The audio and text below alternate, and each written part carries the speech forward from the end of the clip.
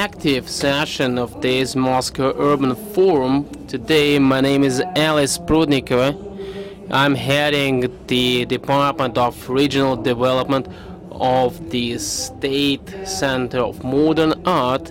I'm also a founder of the Ural Industrial Biennale project, which is very close connected to the different communities, and it also turns private initiatives to a global project.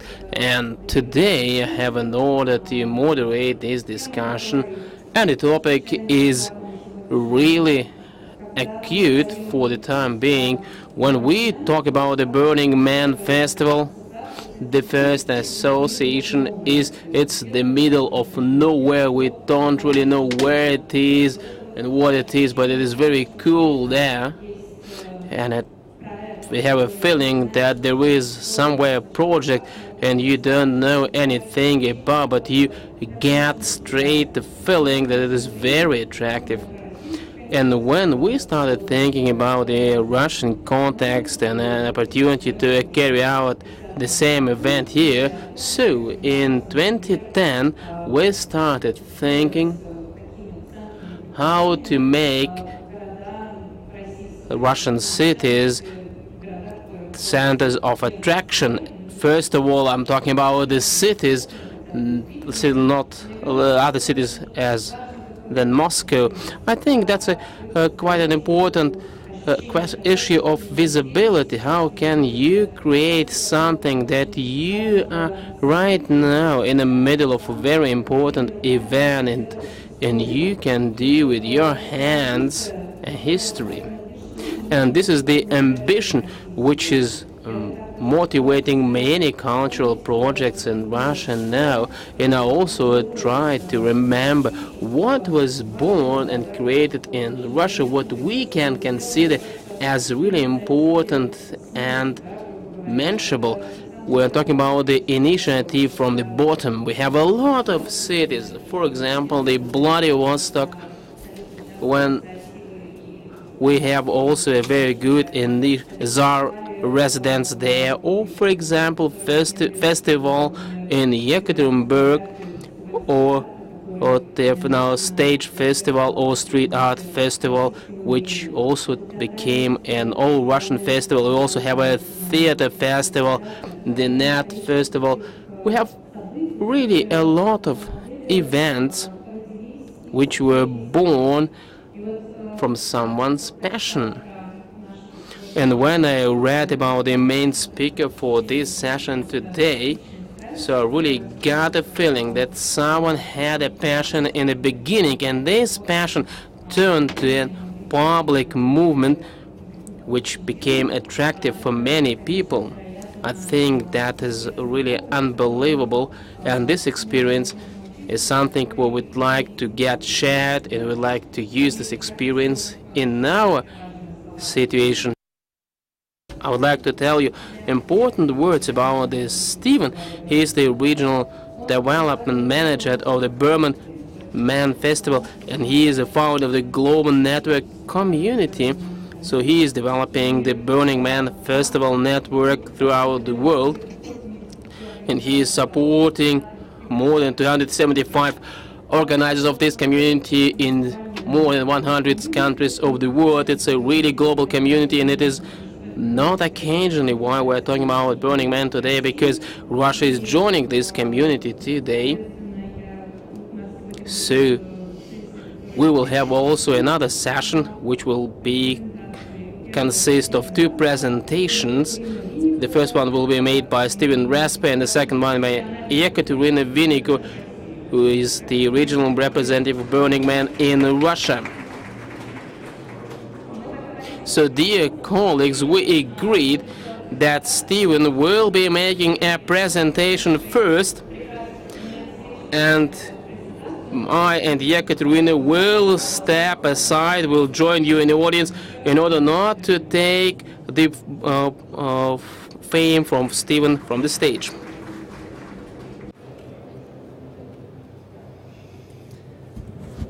Спасибо. Привет. Hello.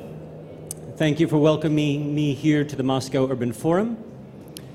As you were told, my name is Stephen Raspa, and I have been involved with Burning Man for 21 years. I am a community organizer and an arts advocate, and I care deeply also about the health of art and culture in major cities around the world. I'm going to tell you a little bit about the history of how our community developed, and also what members of our community are doing out in the world that really reveal the power of bottom-up community action. But first I want to read you two stories that perhaps set a tone as we think about the potential of the age of agglomerates.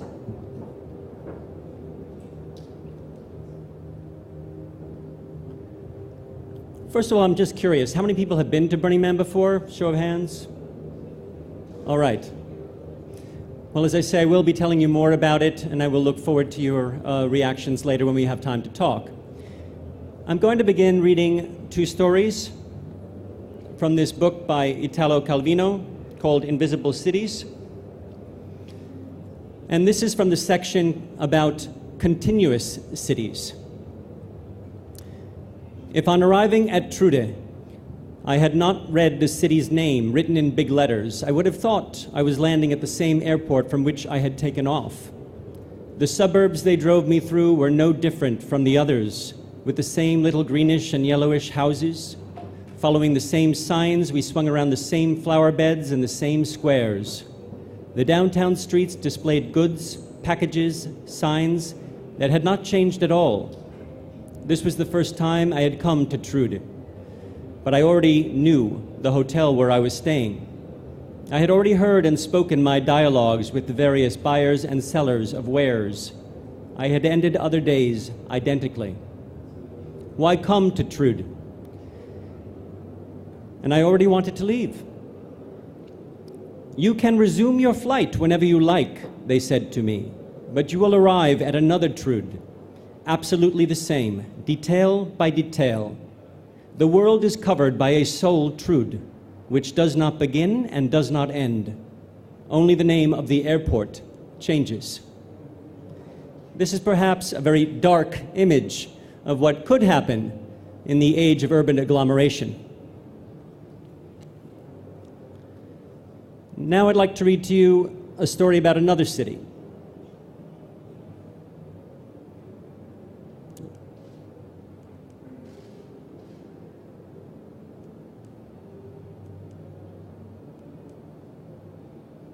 There we are. There is a city that exists for only 8 days a year, and whose citizens come from other cities around the world. From great cities and small, they come looking for something they are not finding in their own cities. Artists, free thinkers and philosophers, heads of major corporations, and people of all world religions and across the political spectrum, all come. They flock there with great effort and at personal expense to a hostile desert environment, to work harder than they do normally, to give more of themselves in every way, and practice stunning acts of creative expression and generosity. They come from other cities where they were born, and yet they call this fleeting city home. Now, I must confess something. I played a little trick on you. Italo Calvino wrote the first story about the city of Trude, and I wrote the second story about Black Rock City, which is the temporary city that we create for Burning Man. I think I'd like to switch to this mic and just move over here so you can see more of things. And I wanted to then raise the question, so what do people find at Burning Man that they do not find in the cities that they live in year-round? As I present to you what our community has become, I hope that you will contemplate this question. So what is Burning Man? We are often called a festival, but this is inaccurate. We are actually a temporary city called Black Rock City. The name of our event is Burning Man, and it takes place in a temporary city that our community creates. It takes place in the Black Rock Desert of Nevada and becomes the third largest metropolitan area in Nevada. We have 70,000 citizens annually. They come from many cities around the world, and the only things that are sold in our city are ice, because it helps avoid food spoilage in the desert and because it makes cold drinks in the desert, which is also quite nice. And we sell coffee, because one of our founders said that you could not have a good art scene without a decent coffee house. Interestingly, we provide 1,600 porta potties and no rubbish bins. People are expected to pack out everything that they bring to this temporary city. We have been called a cultural and idea incubator and accelerator. We've been called one of the most important arts and cultural events in the world, and we've even been called a global cultural movement. It's not bad for a little city in the desert.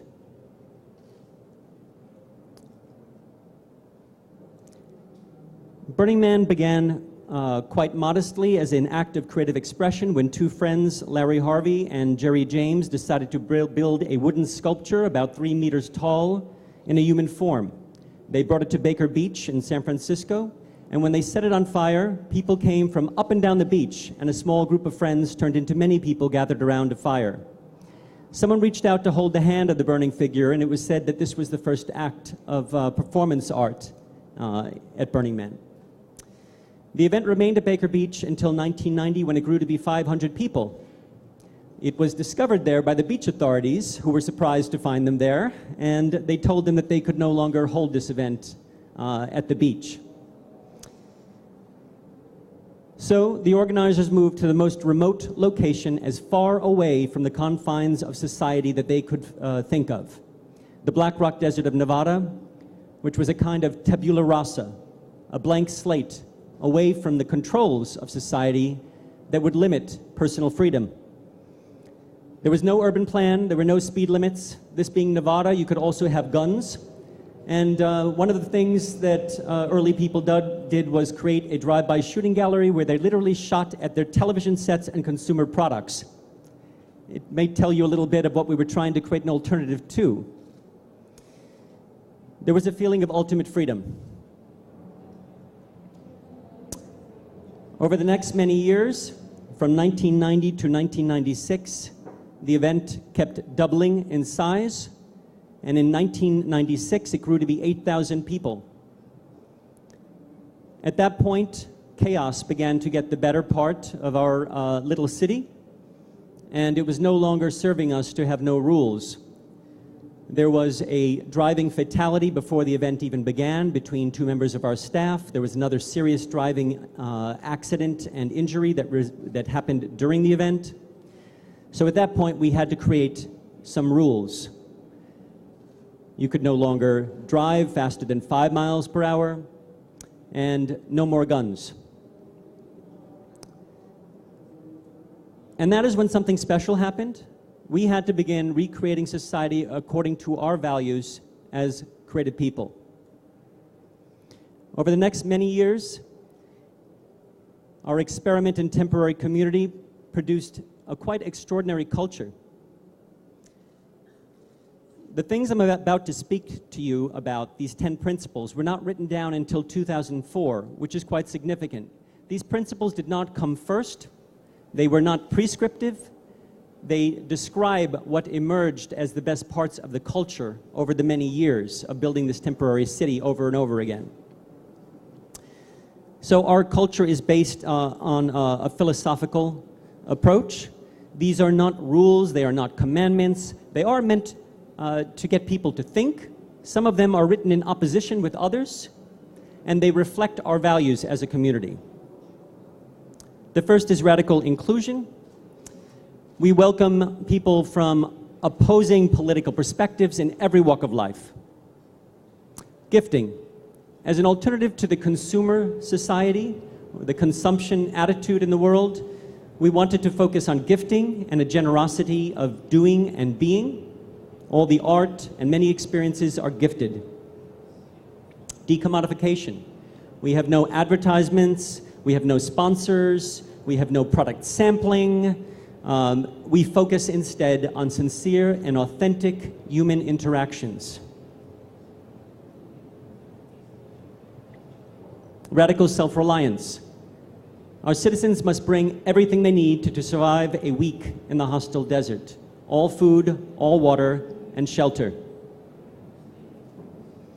Burning Man is famous for radical self-expression. It comes in many creative and artistic forms, but this can also mean sharing with other people authentically who you are and being quite vulnerable and honest.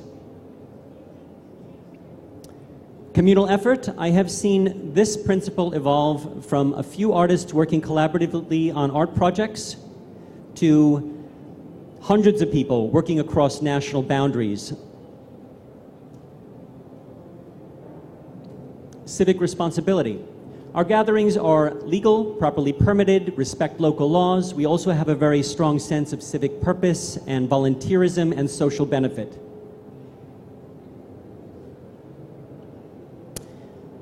Leave no trace. At the end of a week, we leave no trace of our activities having been in the Black Rock Desert. This too, as a principle, has evolved over time from leave no trace to leave a positive trace. How can we leave things better than they are in the world? Participation. We expect everyone to participate and to make the city great. You see the sign, no spectators? We expect everyone to bring something as citizens of our city. Immediacy. In a way, immediacy enables all the others. To me, this is being very self-aware about who you are and your relationship to other people and the natural world around you, and present to whatever comes next. In a way, those things form not only our social values, but a kind of social architecture and even a social agreement among our citizens. They inform the physical shape and the urban plan our cities take. What you're looking at is the plan of our city, which has both evolved and been intentionally planned to reflect our values. It's a crescent-shaped city that is about 6.5 kilometers across. It's designed with extensive social surface area. I wanted to point to a couple of features. Let's see. Well, I'm going to have to describe it because my pointer has died. So much for technology. At the center of our city, we have a grand esplanade. There are also plazas throughout the city and a lot of social surface area. At the very center of the circle, we place what is most valuable to us, art and a grand forum for artistic expression. But you'll notice that the circle is not closed. It's because it opens to the vastness of the desert beyond, to the mountains in the distance, and nature is very much a part of the experience. It can be very humbling and brutal to be in the desert. So I like to point out that this is what a city looks like when it is designed to encourage social interaction, to celebrate artistic expression, and to be in relationship with nature. Let's dive a little bit deeper. Our city design follows sort of a clock. At the very center of the city is the man. I'll tell you about him later. At 12 o'clock, there is a non-denominational temple. At 6 o'clock is our center camp, which hosts many of our municipal functions. At 3 and 9 o'clock, and at 4:30 and 7:30, there are other plazas. The purplish areas are placed theme camps, which I will tell you about also shortly. And the white areas are walk-up camping and additional camping groups. We zone for loud sound at the ends of the city, at the 10 o'clock side and the 2 o'clock side, with loud sound directed away from the more residential parts of the cities. I bring this up because I see in many major cities facing increasing residential development that there's a negative pressure exerted on places of entertainment, and I think it's very important to zone for loud sound and to plan for it. We also have a kid-friendly zone that we call Kidsville. We have an alternative energy zone, and throughout the city are embedded food, beverage, and other kind of experiences. That's just a more detailed view of our city that you saw there for a moment. And so the Burning Man organization provides just the basic infrastructure. This includes the layout of the city as I described, also the street signs, and these are all installed by our Department of Public Works. We provide the porta potties or toilets, as I said, about 1,600 of those. We provide basic medical and emergency services. We have about 700 emergency services personnel ranging from medical, fire safety, hazmat handling if necessary, and also mental services. We have over 900 volunteer people that really function as our self-organized security force, except instead of being like police, they act as trained mediators and peacekeepers to help neighbors resolve their own conflicts. They can evict people if they violate our principles seriously or harm people, but they're really there to help. There are only 100 law enforcement people from the Federal Bureau of Land Management and the local county, and we work closely with them, but we are largely self-managed and self-governed. Here you see a picture of Center Camp, which houses many of our municipal functions, including artist support services, a census. There's a large communal shade structure. We have our own radio station, which serves as a public address system, but there are also other radio stations run independently. We also have an airport.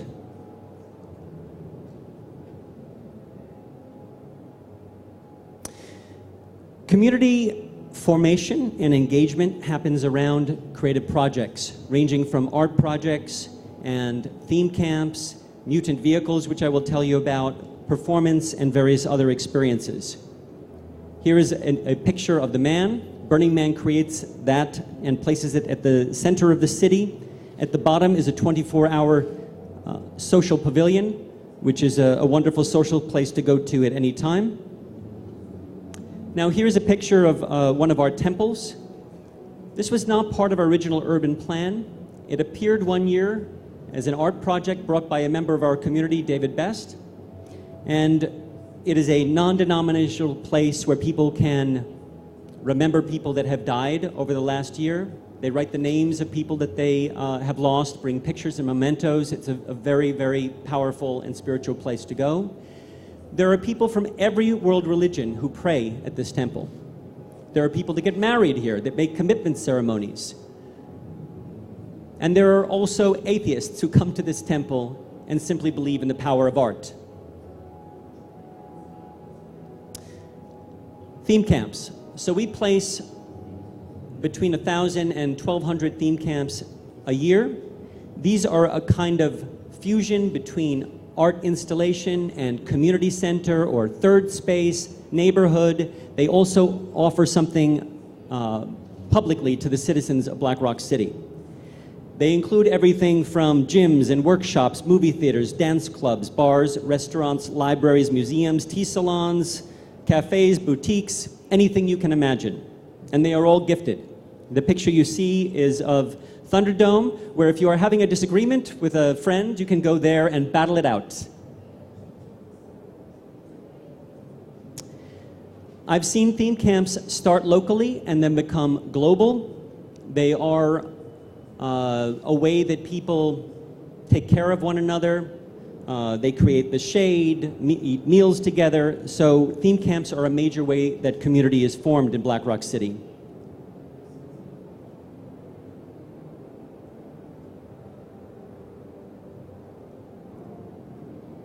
Here you see an image of one of our post offices. These are also run by members of our community. They deliver postcards throughout the city and also to cities outside of Black Rock City.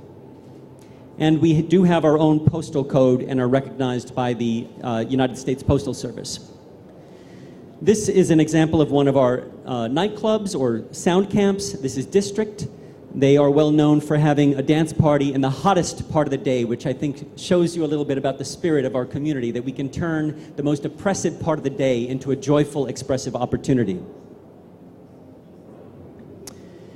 Here you see some different examples of how architecturally people solve for the need for shade and protection from wind. These are from a book that was just reviewed in Architectural Digest by a photographer, Philippe Glade.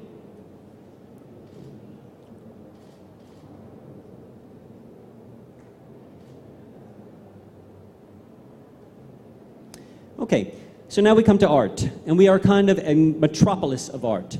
We had 326 installations last year that we placed at the very center of the city. Burning Man funded 56 of those projects, and the vast majority, over 200, were self-funded. There is also art embedded throughout the entire city. As I mentioned to you, there are literally thousands of pieces of art, large and small, throughout our city. Our art budget is $1.2 million. And much of the art is collaboratively made and interactive. It's meant to be experienced. I like to show this image. It's called Love, and many people say that their experience at Burning Man and with the art reconnects them with a sense of wonder and opens their heart. We also have people pushing the extremes of design and physical form. This is by an architect out of the UK, and he designed this and built it with his engineering students.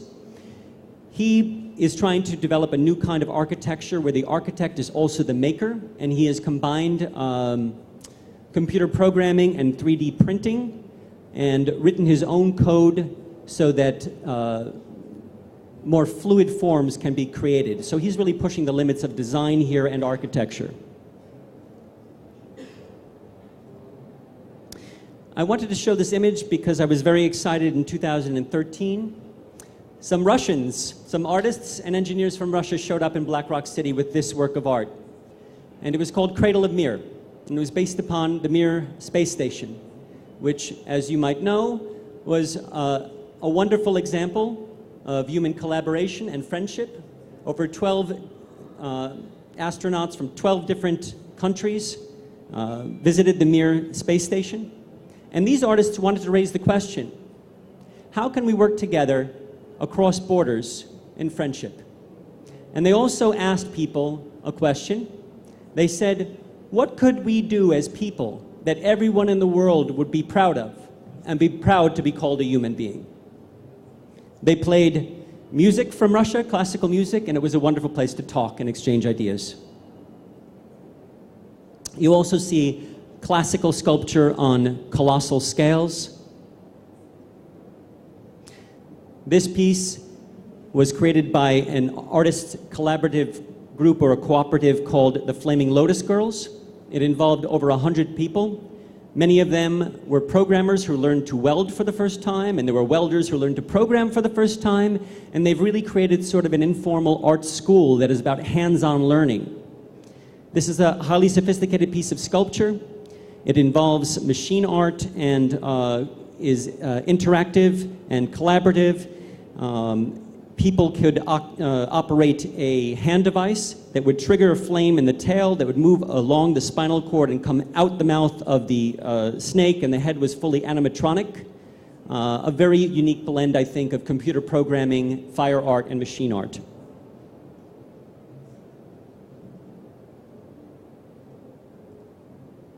Here we have an example of light art.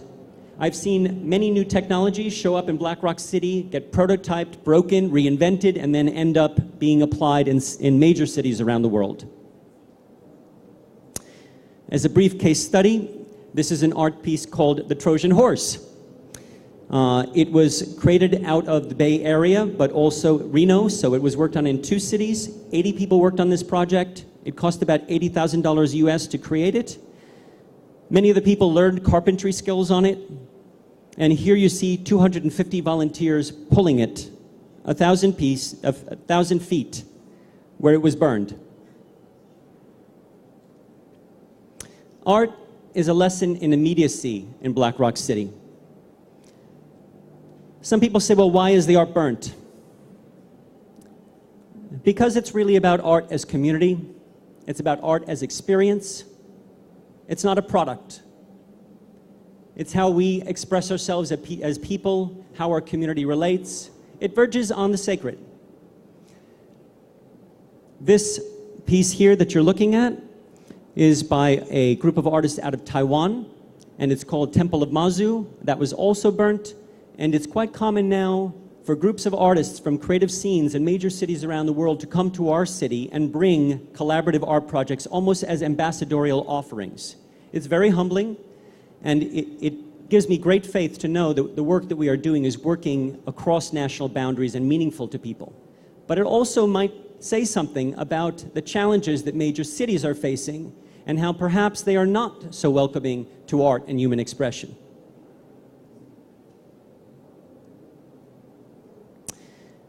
Mutant vehicles. Oh, let me go back. Sorry, I'm having some difficulty with the clicker. No, now it's going forward. Huh? Sorry, we have to go back. I have too many important things to tell you.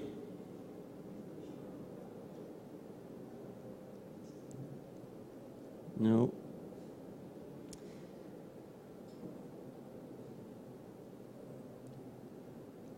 Okay, we're getting there. No, one more, one more.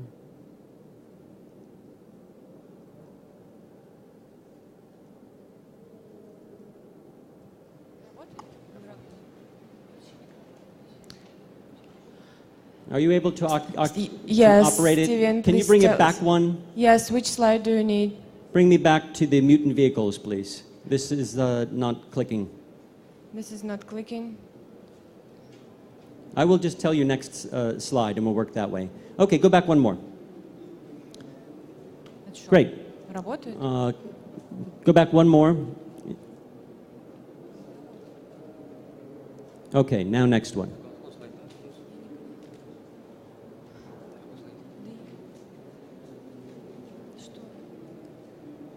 No, go forward, please.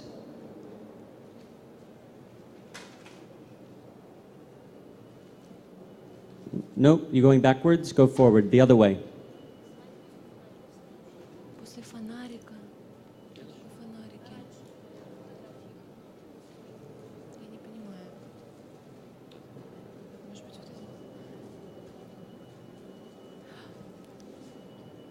Two more. And the next one. Okay, mutant vehicles. So I wanted to tell you about this form. So we encourage people to walk around and to take their bikes and to meet one another and get out of vehicles, but if they're going to drive a vehicle, it must be a work of art. So we call these mutant vehicles because they're not like normal motor vehicles. They have been modified to become moving pieces of art. They come in many forms. Some are quite large, and in a way, they function also as a form of public transportation. So even our public transportation is an expressive medium. You see up at the right an example of a mobile nightclub, which was created by artists out of Mexico City. And here you have cupcakes. And I'd like to point out that our mutant vehicles come in many flavors, from very serious to very silly. Next slide, please. So unlike Disneyland, where everything is planned out and there are no risks, there is a lot of experimentation in Black Rock City and also a lot of spontaneity. People can set up and express themselves just about anywhere, and there are an infinite number of pathways through the city. Next slide. There are also many interesting collaborative performances and participatory experiences, and to sum up, we have no center stage. We don't book any talent, and there's really only two culminating events, the burning of the man and the burning of the temple. The participants provide all of the content. And I wanted to show this image because it's very silly and playful, and we work very hard to create a safe space for people to play. Where there is silliness, there's experimentation and innovation. And I think that it's important for all of us to think about how can we create a space where people feel comfortable enough to play with one another, to experience states of flow and to experiment. Next slide, please.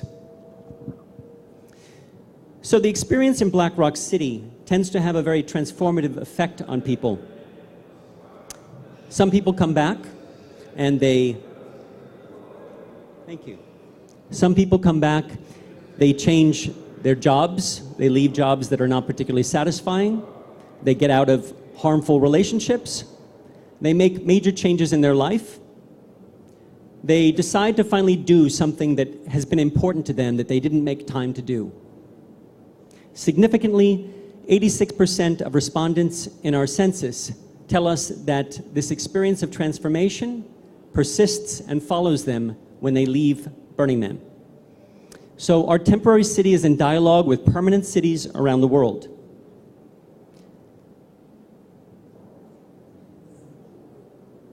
So as we tried to bring what we loved about our temporary city back into San Francisco, members of our community also around the world did the same thing. In San Francisco, we first began organizing events back in the Bay Area. This is an image from our Decompression Heat the Street Fair, which inverts the normal model of a street fair with a lot of food vendors and people selling things, and instead is about art and theme camps and these mutant vehicles and performances. We have become an example of how to do a well-run and collaborative street fair in San Francisco that is appreciated by the neighbors. And we also wanted to bring some of the art from Black Rock City back to San Francisco. But we ran into a problem.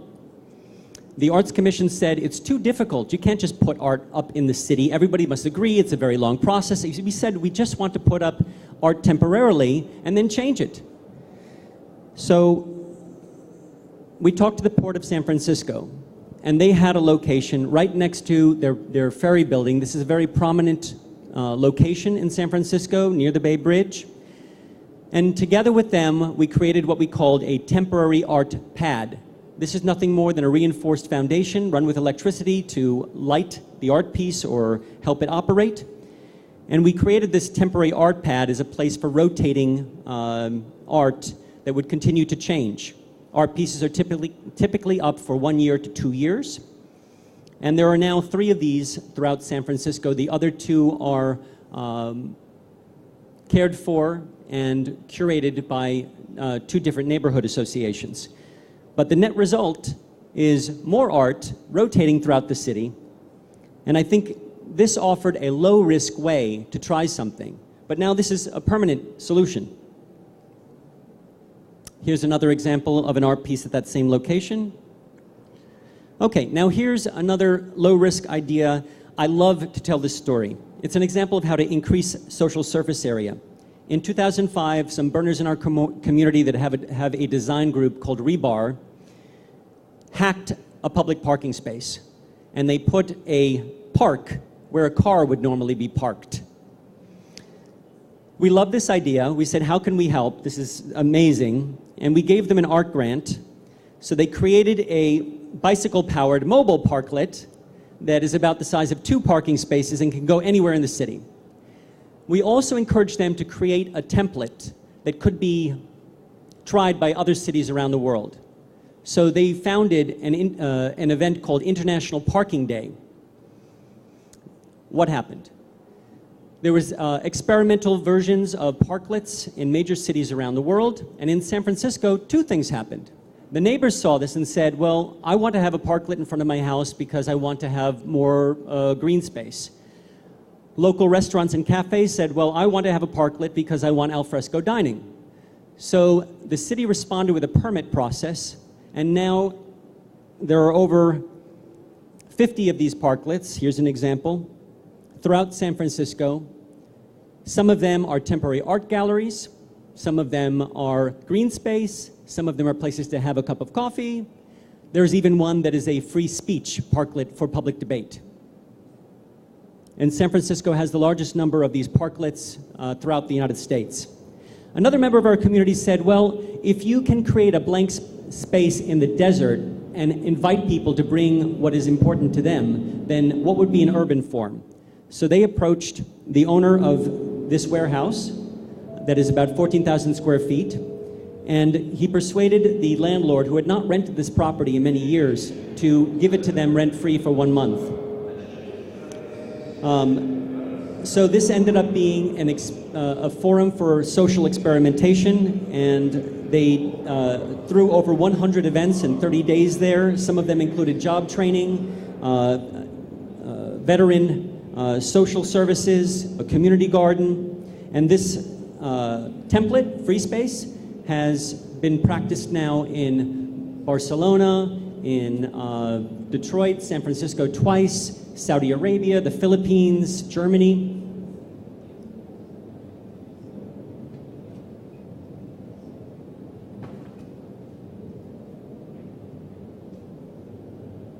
Okay, the clicker is...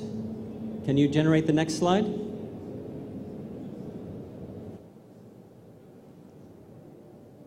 Okay, here's an example of using public infrastructure as an expressive medium.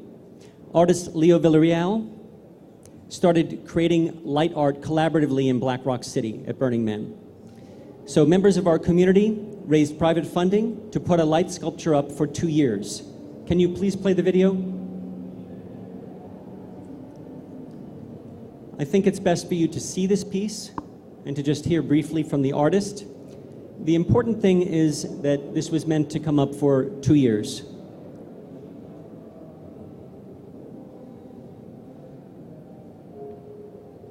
Light has the ability to communicate in a really powerful way, and it's not verbal, and it's like looking at a campfire. So there's a hypnotic quality to it. It seems to be able to access some deep part in us.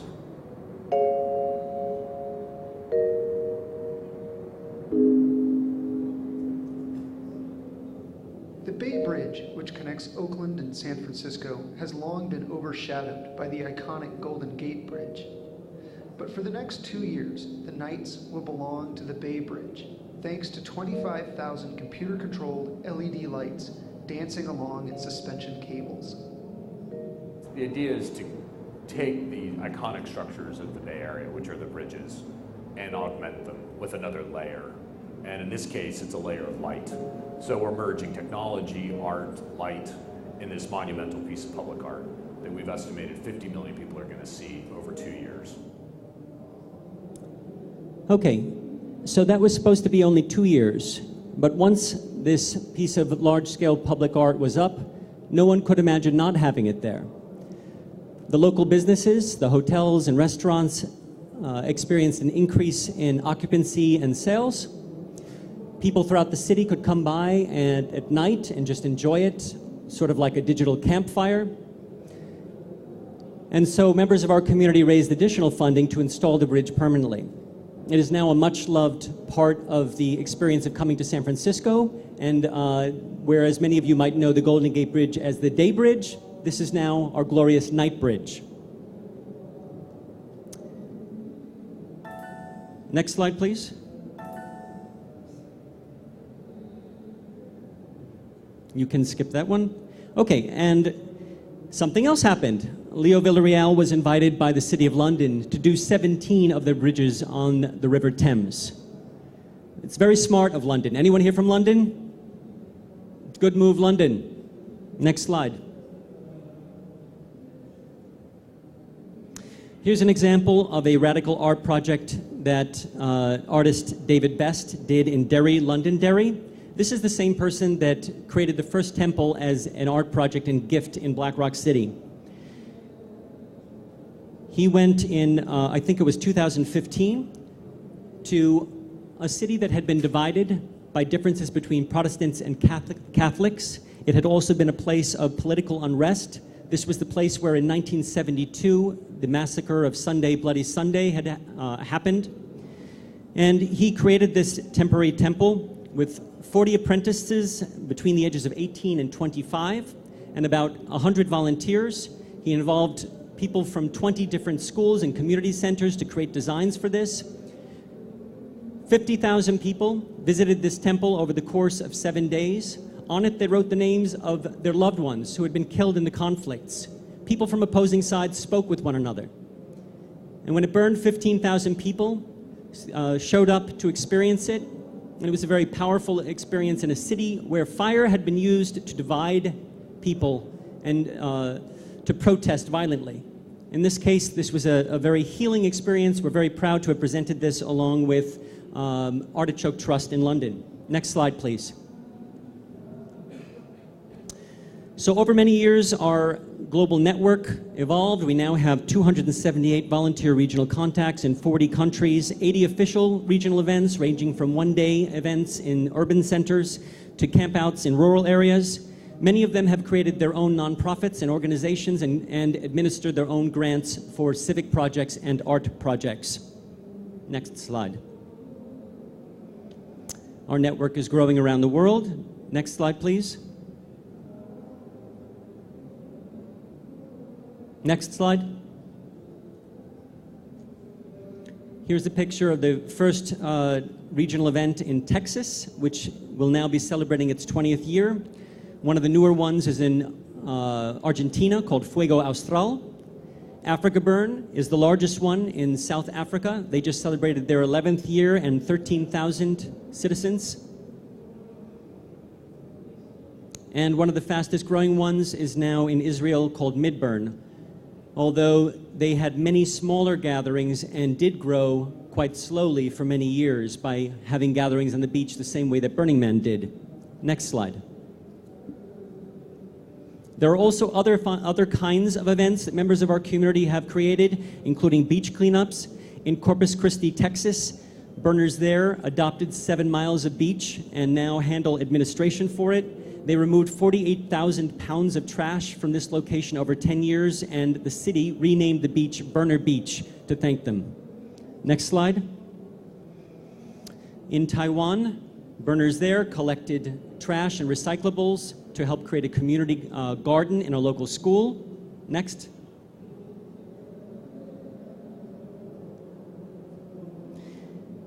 And Burning Man is also working with members of our community to create conferences and learning forums. We just celebrated our 10th annual Global Leadership Conference in Oakland, California, and there have been leadership summits held in Barcelona, Berlin, Amsterdam, Stockholm, and also in parts of Asia, Australia, and New Zealand, and Africa. This is a way that we shine a light on sort of the best ideas that are happening around the world. Along the way, some members of our community became very interested in disaster relief, and they have helped with 12 major worldwide catastrophes. It first began in 2005 with Hurricane Katrina, when members of our community left our event in the desert to directly go and help victims of a hurricane along the Gulf in the United States. They were there for 9 months volunteering and provided over $1 million of free removals so that people could rebuild their homes. And members of our community have also helped in Pisco, Peru, in the Philippines, Tokyo, and New York and New Jersey, all in various disasters. Others in our community helped to build bottled schools in Guatemala. And again, all these people are doing this because they feel inspired to it. We never told them to do this work. Other members of our community created a silk screening school in Haiti to teach both job skills and to re-inspire the community there after the earthquake.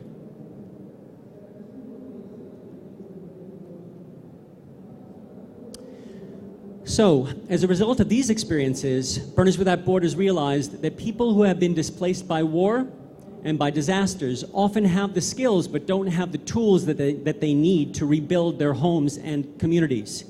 So they came up with the idea of a mobile resource unit, which is basically a maker space in a shipping container that can be deployed anywhere in the world.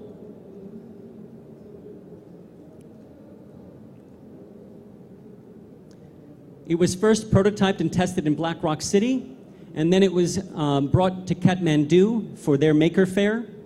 The tools were then gifted to create a tool lending library in a permanent maker space there where local members of the community in Kathmandu to this day can take out tools to build things in their city.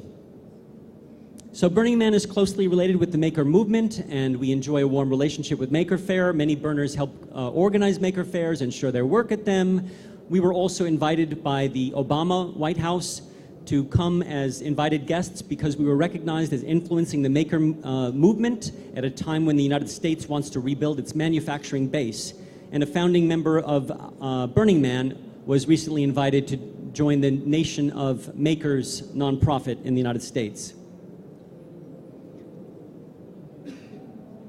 Some members of our community also come from major innovative corporations. Google has modeled its culture largely after the culture it has experienced in Black Rock City. Tony Shea of Zappos contacted us to ask for our advice and support in selecting pieces of art and applying some principles from Burning Man in the downtown area of Las Vegas. And Elon Musk is quoted as saying that Burning Man is Silicon Valley. And I think what he meant by that is you can't fully understand what drives innovation in Silicon Valley without understanding what drives innovation in Black Rock City. We have always enjoyed a close relationship between geeks and artists. And Burning Man, in a way, grew up with the internet at a time when the internet was a frontier, the same way as when we moved to the Black Rock Desert, that was a wild frontier. So, somehow, we stumbled upon and created some conditions in a remote location that allowed people to live expressively and to be at their best and to work together. We are now focusing on daily life and our relationship with cities around the world. And our vision is to help bring experiences to people in grand, awe-inspiring, and joyful ways that lift the human spirit and address social problems and inspire a sense of culture, community, and personal engagement in the world. I began this talk by reading you two stories about two different cities. As we contemplate what the implications are in an age of urban agglomeration, I would invite all of you to join us as caretakers of the human imagination, to consider the souls of your cities and how they can be expressive and support community across philosophical, ideological, and national boundaries. Спасибо. Thank you very much. And I'm sorry we had some technical difficulties. Спасибо большое, Стивен. Thank you very much, Stephen. Unfortunately, we're a little bit late in terms of our agenda. I would like to thank you once again. As we understood that the Burning Man doesn't have any boundaries at all. And we all now Yekaterina Viniko will tell you how Burning Man will function here within the Russian borders.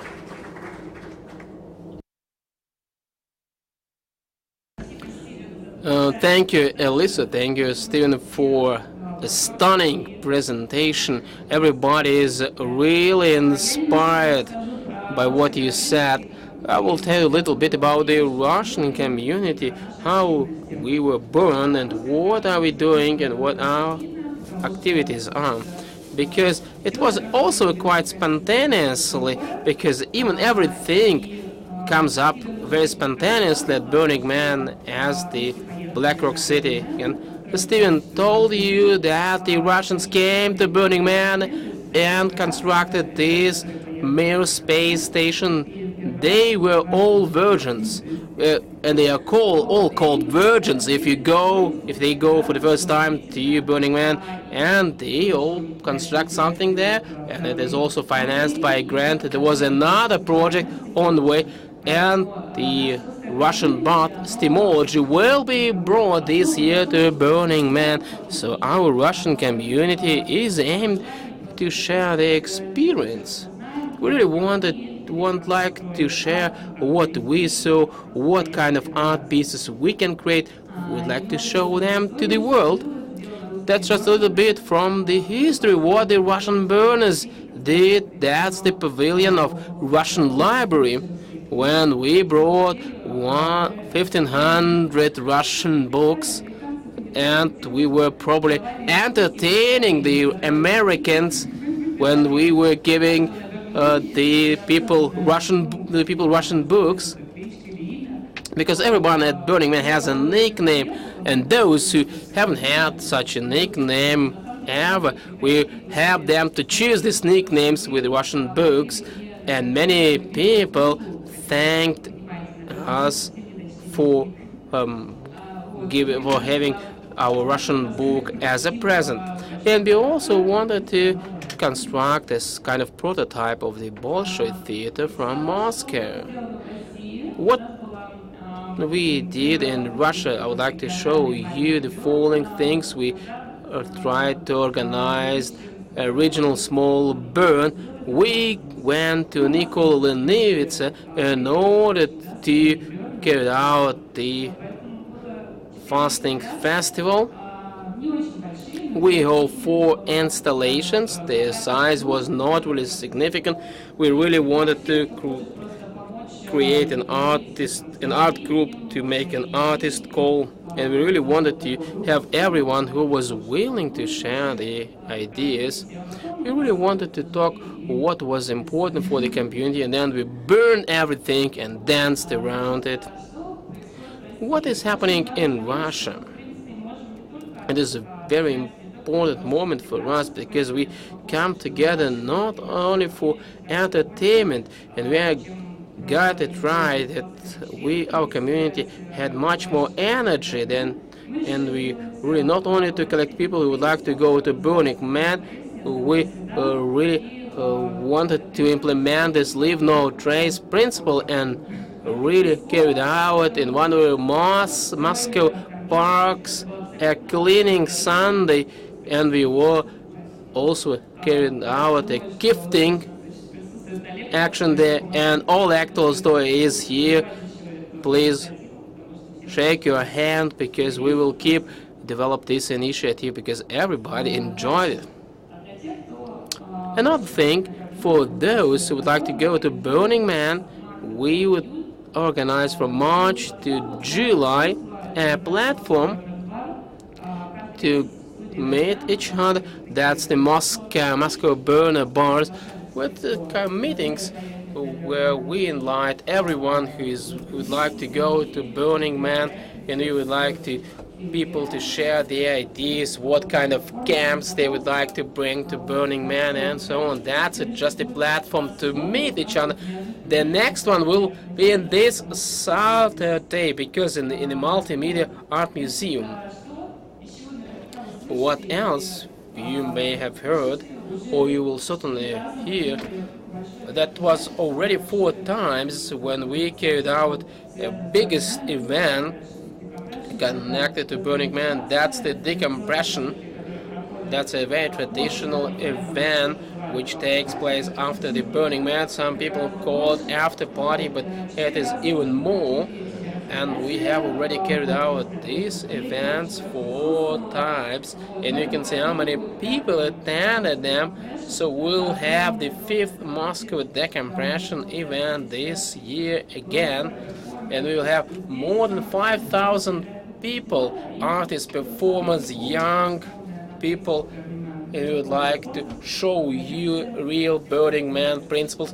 No sponsorship, no commercial at all, and everything what is earned at decompression will be spent for the grants to artists and to our community. That's another picture of our very good performers and artists, and you can also see how the Moscow decompression grew up from 120 up to 470 people. As for the future, there is another format, that's the regional burn. So many countries do their own regional burns, like a MIDBURN in Israel, Africa burn. So we've got the same idea, we would like to do it. We also check different sites. For example, we're in Astrakhan, Kalmykia, in Volgograd. We also wanted to do it on the Trans-Siberian train, but the train ride lasts for 7 days. That's too long. So we finally decided probably the size of this event shouldn't be extremely large, and we would like to make it more organic to start quite a small event which can unite the Russian burners on the 5th of August in Kaluga. Just follow our news. Please, you can see the date. Moscow decompression will be on the 25th of November. Please participate. Participation is the main principle. Participate as volunteers, artists, as anybody. Thank you very much. Thank you very much, Stephen. Now let's come back, all of us, to the stage. Take your seats. We don't have a lot of time, but maybe I would like to give a floor to our audience. Maybe you can ask questions. Do you have any? Now, if you have any questions, please ask us. Questions to Stephen, maybe? Okay, in this case, I will ask a question to Stephen. Stephen, the first one, so the first question, which really concerns me, and I have been thinking about this your whole presentation. The main risk of a Burning Man project is that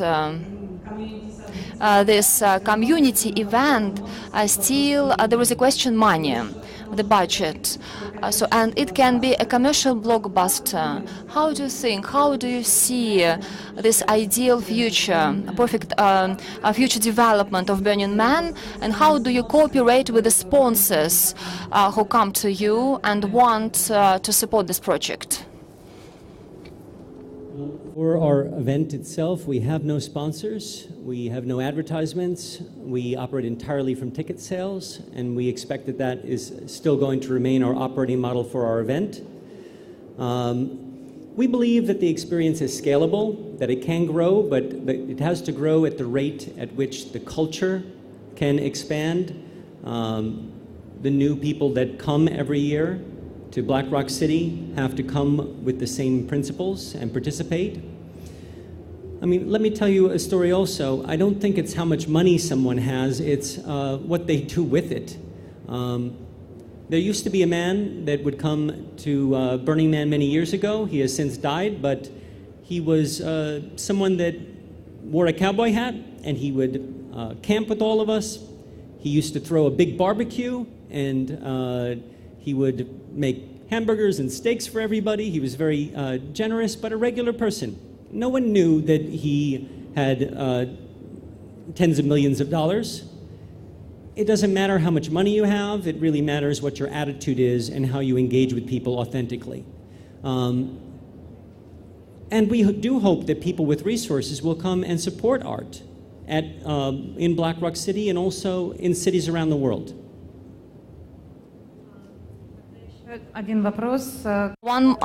Some other question. When you speak about art as the crucial moment here in your event, how does Burning Man influence on career of artists who participate in this event?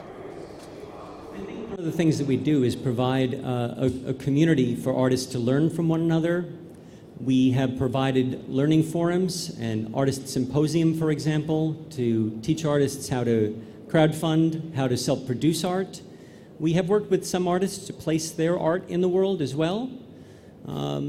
I think we've also created a greater demand for interactive and collaborative art like you see at Burning Man.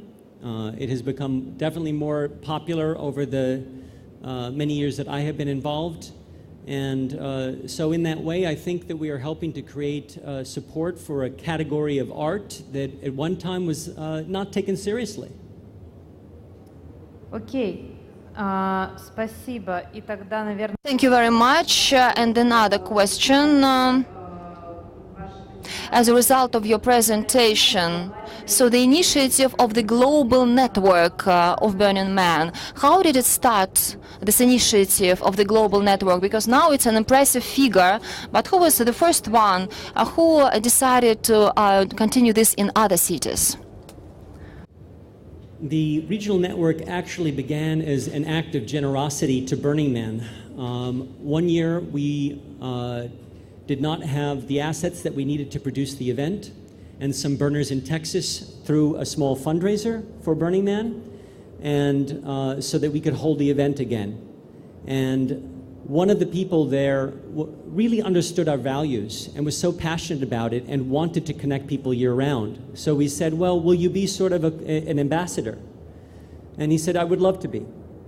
So I like to point out that the entire regional network was not our idea, but it was members of our community saying, what you're doing is so important to us that we want to help, we want to go out in the world and represent this culture.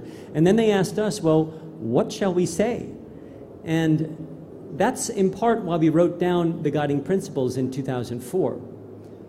I think what they really wanted was a press release, and it's not our way to just put out a press release where we don't promote actively. Our approach has always actually been defensive when it comes to the media, to try to help them to understand what we're about and write the real story about art and culture, and not just the flashy visual aspects of it. So, to answer your question, the regional network began because people had a strong connection with our values, and then we had to respond to support them. And then we asked them, do things like help support a local art scene in your community and connect people around their passions. But we didn't tell them all the things to do.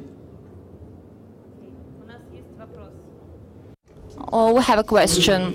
Good afternoon. My name is Leonid. Thank you very much, Steven. Your presentation was very exciting. I would like to ask you the following. I have two questions. So the first one, what about your relationships with local authorities, with very close cities, municipalities?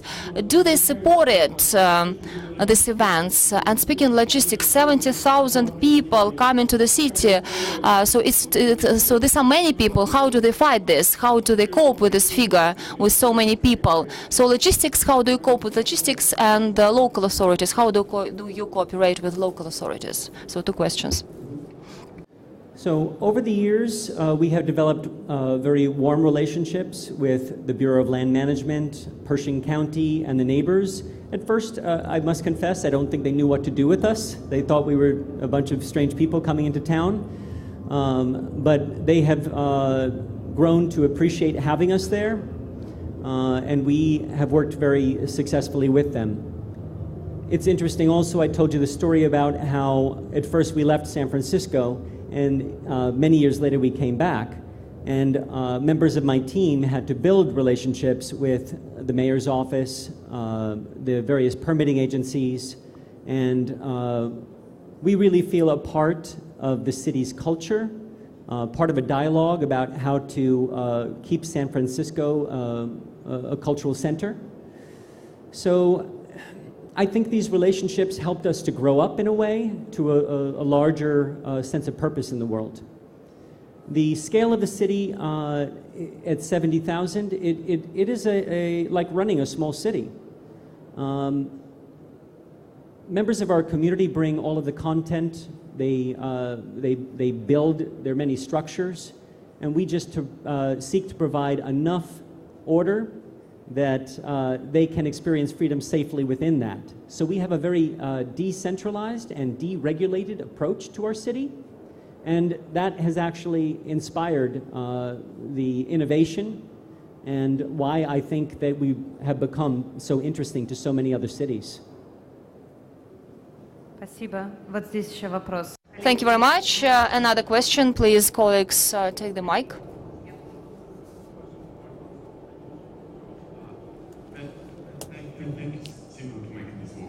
That's really awesome. I haven't been yet, but once I'll be there. Just from your personal experience, can I say that you've been 21 years in the project, involved fully? Do you have your favorite year of the city, and how did you get in to do this thing? Did you? It was like inspiration thing. You came in for the first time and said, and thought to yourself that that's your thing. Thanks. Thank you for asking that question. You remember most, I think, your first year. So my first year was 1996, which was this chaos year, which I described to you earlier. It was terrible for the organizers, but what I saw was an amazing world. I was very much inspired by it, by the people that I met there, by the ideology that I experienced in a very physical way. I grew up in New York and was a part of the 80s art scene there, which was a very magical time in New York City. The Lower East Side was a very raw and experimental place to be, like Black Rock City. And by the mid-90s, the art scene had been pushed out of Manhattan through some unfriendly city policies and rising rent prices into Brooklyn and surrounding areas. So at about that time, I went to Burning Man for the first time. I didn't intend to stay in San Francisco, but I fell in love with the creative community there. And from the moment I went to Burning Man, I said, how can I help support this thing? So I became involved immediately afterwards, and then became organized in creating events back in San Francisco, and then supporting regional events around the world as they grew up. So I, in a way, feel called to serve this experience and to learn from it. I'm also very passionate about urban planning and the importance of art spaces and entertainment in cities. I've been invited to speak in a number of cities in the last few years. I spoke in Amsterdam about how cities will be functioning more on a 24-hour basis and how our city does that safely. I was invited to speak in Berlin by the Berlin Club Commission, and they wanted to hear specifically about the relationship between a healthy underground art scene and a good nightclub atmosphere. And I spoke recently in Stockholm about participatory cities and how to get citizenry engaged in cities. So right now I'm very excited about how we can be in dialogue with cities around the world to try to take some of these learnings into everyday life. Thank you very much. I would like to finalize all these questions, and I would like to ask Ekaterina, Katya, now speaking about the community again, about Russia, it's when you say that we decided to go to Kaluga region, how does community of burners, how is this community of burners in Russia built up? How are you looking for such people in different regions in Russia? Who are these people, and so how do you do all these activities, especially we speak about some particular place? I can answer this the following way. This is a free community. We do not have any conditions for people to join this. Anybody can join. So this is the main principle of our Burning Man. The first team was gathered after the first Moscow decompression. 4 years ago we had the first team, now it's developing. Of course we have new people coming, and we're all volunteers, each of us, each and every person. We don't get any salary for this, any money. We just look at energy, at enthusiasm of people. What does a person want to to bring to our community? We are growing, and there are more people coming, and now so we have different directions. Some people want to do some regional initiatives, some other want to make a decompression, some other people want to make open air event. We want to make also this without borders event, where maybe would like to have some help, some support, humanitarian support. Maybe also would like to develop charity projects. And this is just a desire and an urge of person to join us. No conditions. Thank you very much. I can see already some signs coming from organizers that we need to finalize. Thank you very much, our wonderful presenters, our speakers, and I think so we had a very nice discussion, and also I invite you to another lecture, The Future for Community. So dear colleagues, you can stay here and you will see some other lectures here in this hall. Thank you very much.